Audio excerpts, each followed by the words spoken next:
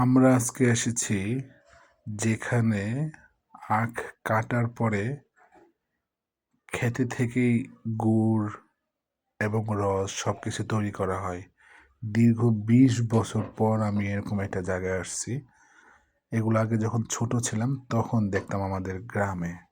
ইয়ামিনদের এখানে হয় না? ওই দেখ বানিয়েছিলাম না নি তোমাদের এখানে এগুলো হয় না? এরকম শেষ সময় একটু টাইট করে কি বলবো? লালি ঠিকঠাক করে ওই আমার আমার আমার প্রায় 30 কেজি লাগবে এবার পার্সেন্ট অর্ডার বাড়ি গেছি হ্যাঁ বুঝি না যে খাইব এক বছর তুই দিব আই সব আমি আর করে নিছি সালা করতে নাই আর নাই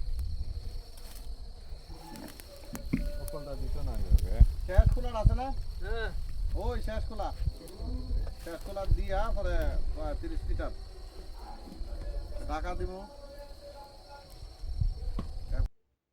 এনাদের কিন্তু একটা লাভ আছে, সেটা হচ্ছে এনাদের এই গুড়গুলো জাল দিতে আলাদা কোনো খেরখোটা লাগে না।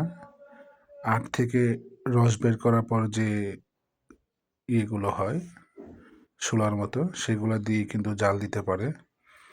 আর মধ্যরাত্রে এরকম একটা পরিবেশে আসলেই একদমই অন্যরকম একটা অনুভূতি।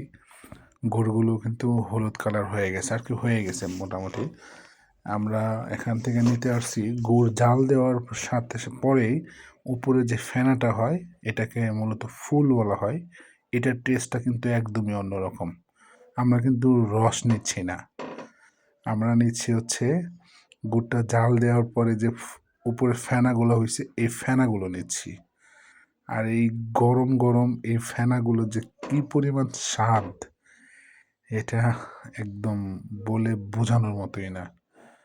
মারাত্মক স্বাদ। একবার খেলে আপনার মুখে সারা জীবন লেগে থাকবে।